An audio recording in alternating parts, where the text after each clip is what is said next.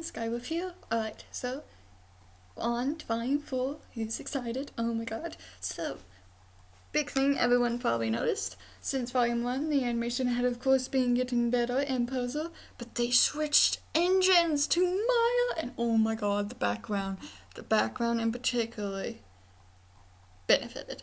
So freaking beautiful, oh my god. Okay, so volume 4 was all over the place, story-wise, because the 4 main goals were all over the place. So we're gonna use that as my excuse for being all over the place during this review, even though if you've already watched my other reviews, you know I just am all over the place. I do have some structure, I have notes, I have talking points, I just didn't write a script or anything. Okay, so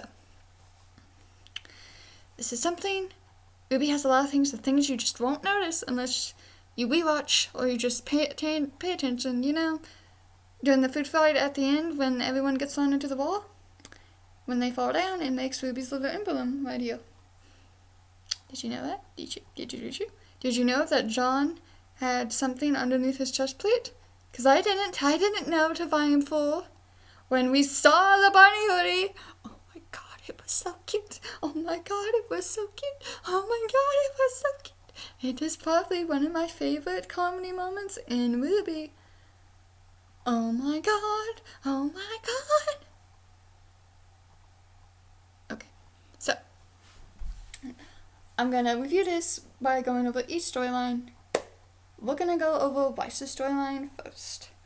So Weiss is stuck at home in Atlas. The only thing we really see of Atlas at this time is her house. It's a big mantle thing. There's a lot of little hints to the summons laid around. I haven't gone back and paid attention, but if you look, you'll see not just Weiss's night. We learned that Weiss has a brother. No mention of him beforehand, okay? He just showed up and was like, hi, I'm here. Love or hate me. That is really Smee. Love or hate me, I don't care.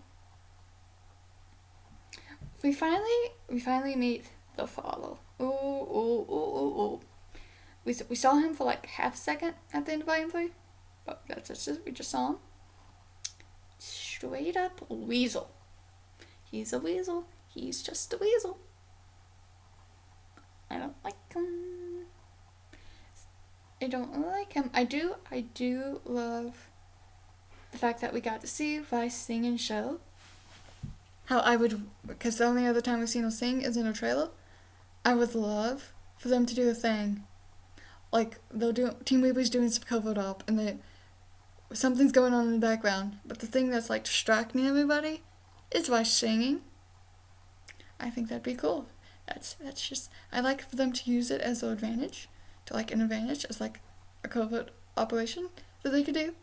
I think that would be so cool. I don't know when they do it, but I think it would be so cool. But yeah. Also, This Life Was Mine, OP song, but we'll get more into that later when I go over the music at the end. Yeah.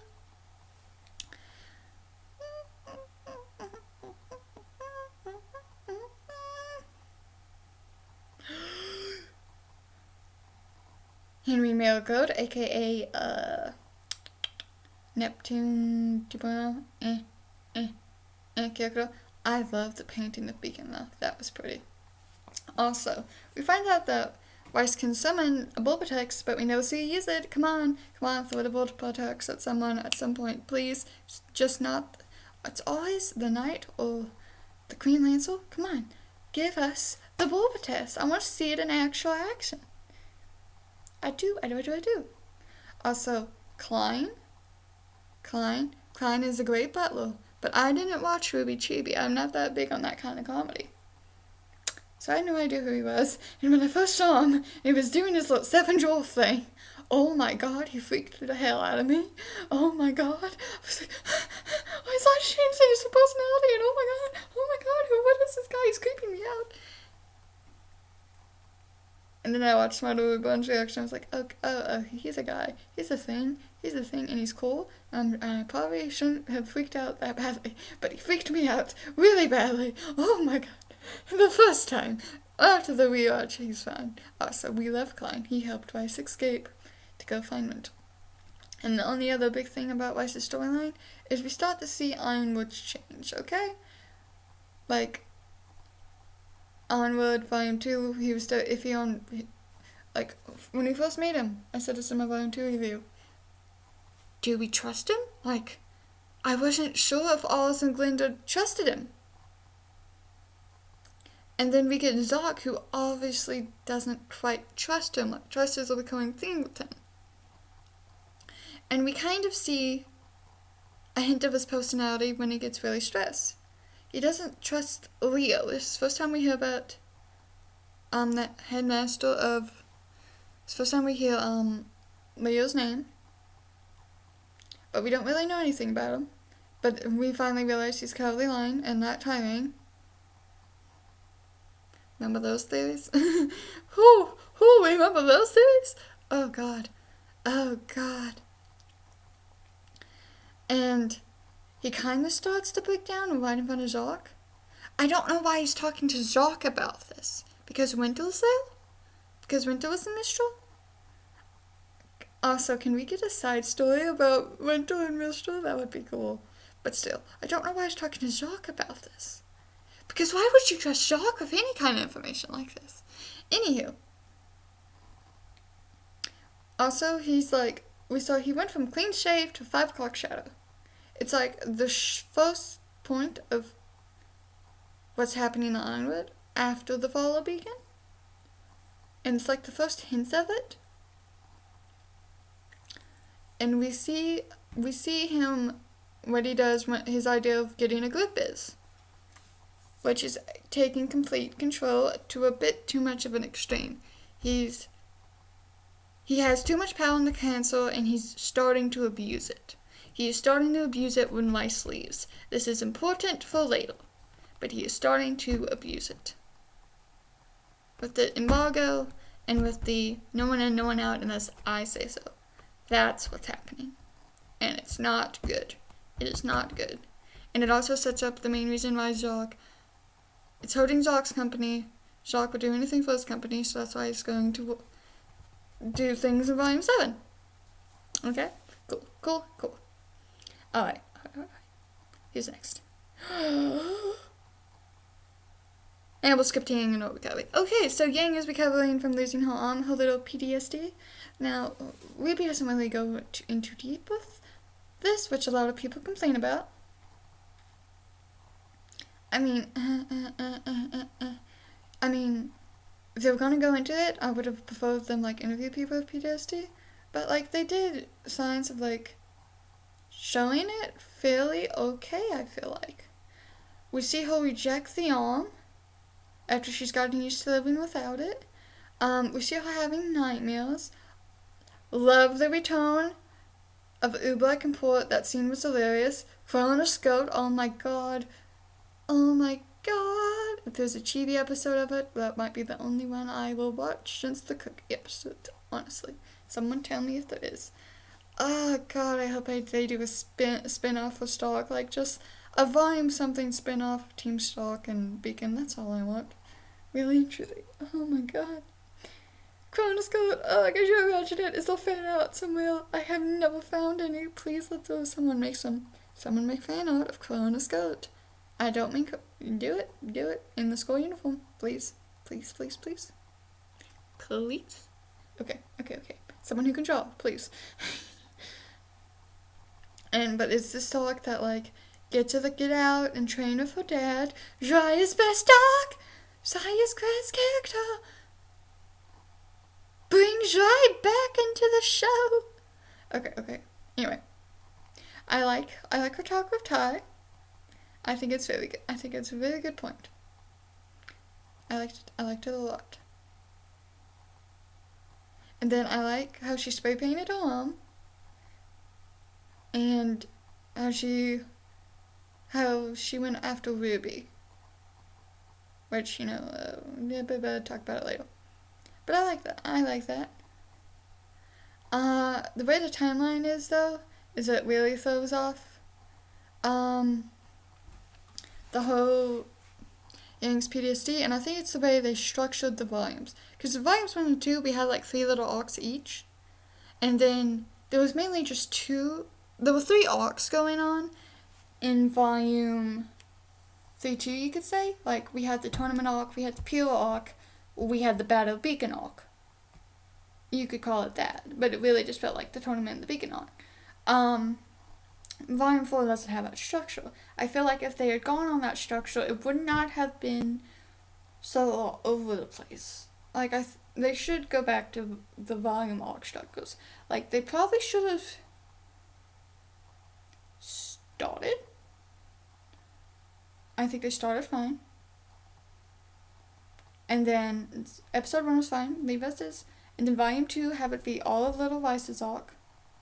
Maybe, yeah, something like that. Then have Little Yang's arc, but like have the ending scenes that we see till the last episode, if that makes sense. And then like little third arc could be the Adventures of Blake and Sun. Or it could be Team Angel, whichever one would have fit better. Because the Adventures of Blake and Sun go into volume 5. But still. Angel! Oh, I love Angel. The little naming gimmick in the beginning was funny. I liked. Zon's new outfit is cool, but we all know how I feel about the bunny hoodie. Oh my god, I love it. I need to buy that. Is it still on the Rooster Teeth side? I never got a chance. If not, bring it back. Okay. And then I like how we got a hint of. I like how they hinted at Winnowa's backstory along the way. I like how we got a hint of, without really realizing it until Crow brought it up, the power of the Bondon tribe. I like Raven and Crow's talk. I do. I like it. We finally really see what Raven's personality is like, and I don't know about you, but I was just like, oh, Yang, stay away. She ain't worth it. And we hear about the spring meeting, and that's when we first find out that something ain't right. The spring meeting, but of course we don't get more on that. Volume 5.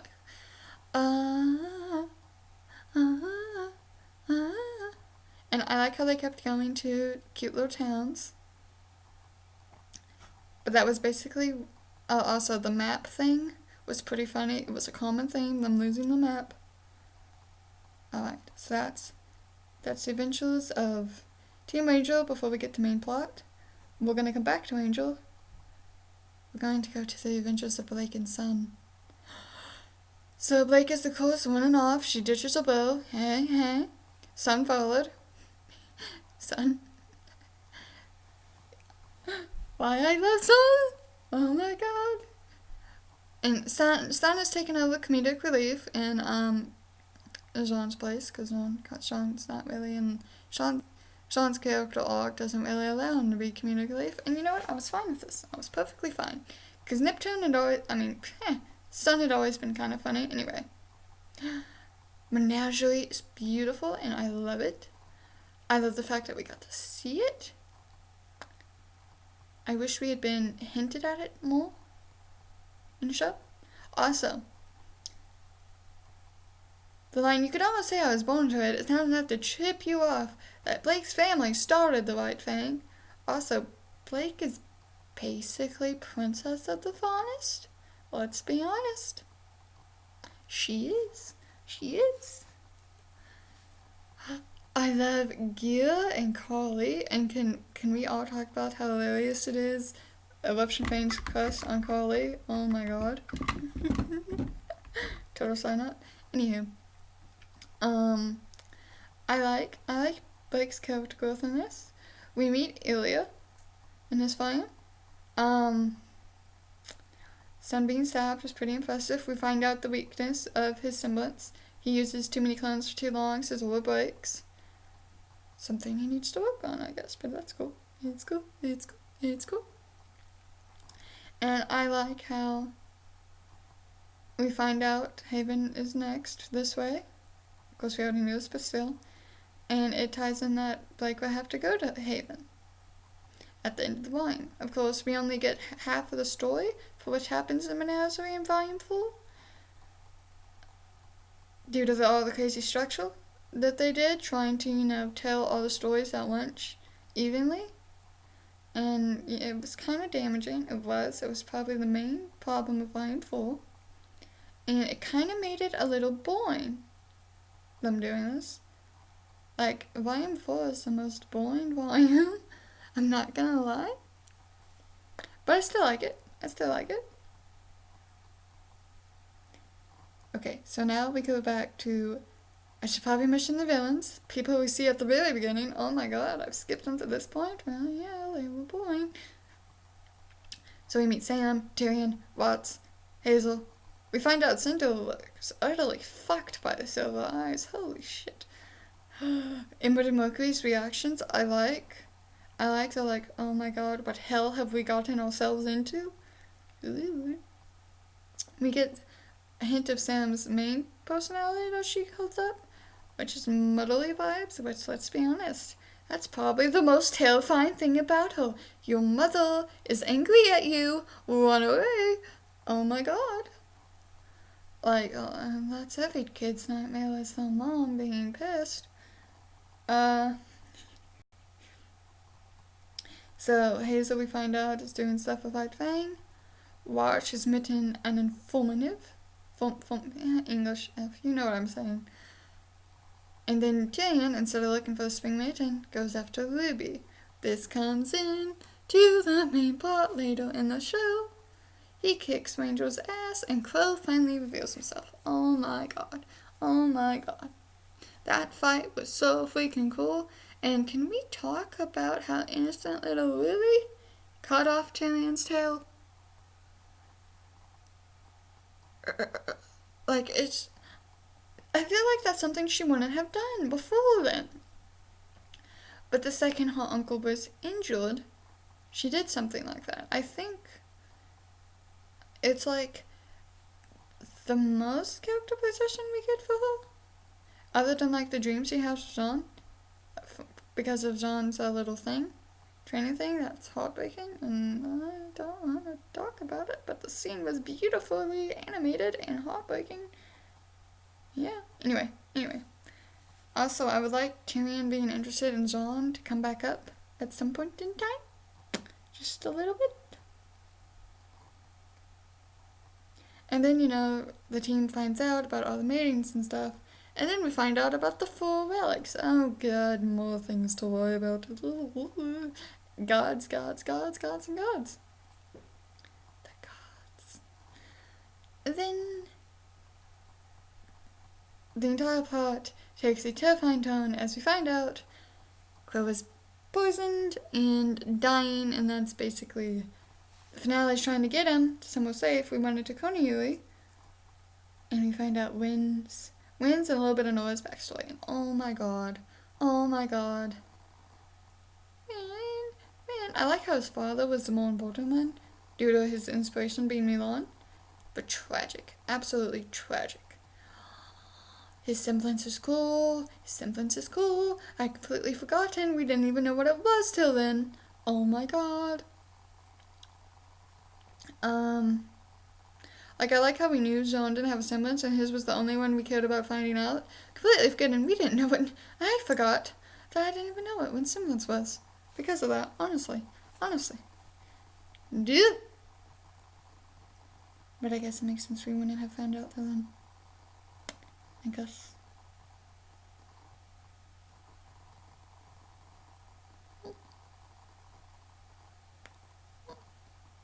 The necklace.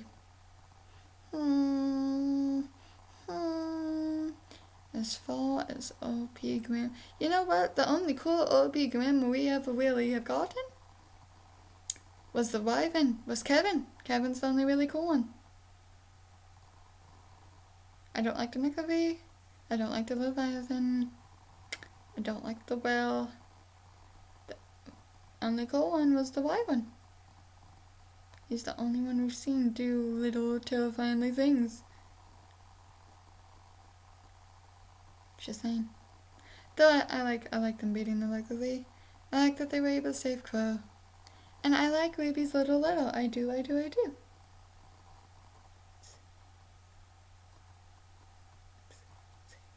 So something I might have forgotten. Let's see. Oh, yeah. Oscar Pine. He's Dorothy. So, like, we see him in episode 1, right after the villains, and he's just this little farm thing, and then he looks off in the distance, and we get a cut to Team Ranger. And I thought he was just a weird little cutscene they did. Everyone was like, who is this guy? Is he important? Is he Osmond? And I was like, I don't think he's important. I think he's just some random extra they did for whatever reason. Like, I feel like they should have added him having Oz in his head in episode 1. The little Ozpin scene. Hi, my name is Professor Ozpin. Or episode 1. That should have been how that scene ended. That way we knew he was important from episode 1. Also, they could have moved his scenes. Because then we could have had his next scene whenever he originally meets Ozpin. Whatever episode that is. We could have had that scene instead of that being his little, this isn't funny scene, not wanting to go. And then when we have that scene later on, that could be when he decides to leave, the scene that is skipped, that everyone complains about. We could have had that. And then we could have had him leaving home and meeting Hazel scene. And also, they shouldn't have done the end credit scene if they were going to use it in Volume 5. They could have done that end credit scene to do something else cool. I don't know what though. However, I like Oscar's character. I really do. The only things we really learn about him, though, are that he's a fun boy, has an aunt, likes books. Like, that's all we really get of him. Like, we know he has a good relationship with his aunt by the way in the actual, but we don't see him. We just kind of hear it. We don't see her ever. And then he doesn't even really say anything to Hazel. So the only person he really talks to is Osmond, and of course that relationship doesn't really show much of his character in depth because it's a voice in his head and he is freaking out a little bit. But oh my god, his design is cute. I love it. I love it. I love it. I love it. I love it. I love him. He's cute boy, okay? He's cute. He's best boy. He's cute, best boy. And he takes over Zahn's role immediately as the main Agnes. If you don't know what Agnes is, it's like an important character who isn't the main character. He's like most important side character. Because before then, Zahn was the most important side character. Arguably, leader of the B team. But Oscar becomes it. Because of his relationship with the plot. Okay. So, they got new outfits in Volume 4. RWBY's is pretty cute, except for the sleeves and the view window. Other than that, very cute. I don't mind the belts. Some people do. I don't mind the belts. Vice's looks great in Volume 4, not so much afterwards. Lex is okay. She does look better without the coat. Maybe if it wasn't so long. But she does look better without the coat. And then Aang's, we didn't see it to the end. And it's kind of dullish in color compared to her original outfit, but I think that was the point. And I do like it. I like her biker theme. Like, the main vibe I got from Volume 1 was party theme. But there was biker elements. I like that there was more biker elements in her outfits. I do.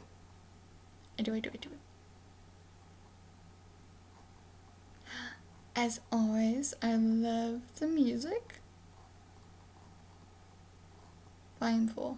The intro, Let's Just Live. I didn't like it till I had the full version, and still I'm not that big on it. This Life Is Mine, though, and Bad Luck Charm are definitely the best songs from the album. This Life Is Mine in particular. It's great when Jeff experiments cool like that. Oh my god. So yeah, that's my thoughts for RWBY Volume 4. It's my least favorite, I guess you could say. It is. Because the pacing of it, I don't know, I get bored rewatching it. Like, I liked it the first time around, but I get bored rewatching it. And it's the only one I get bored rewatching. hilarious considering next we talk about Volume 5. But yeah, it is my least favorite. But it's still good. It's still solid. I was gonna say something else and I completely forgot. Oscar's was probably, I guess. I don't know. I do like Oscar a lot. I do. He's one of my favorites. Okay. Are we ready? Alright. Stay weird, stay random. Doo-doo-doo, y'all.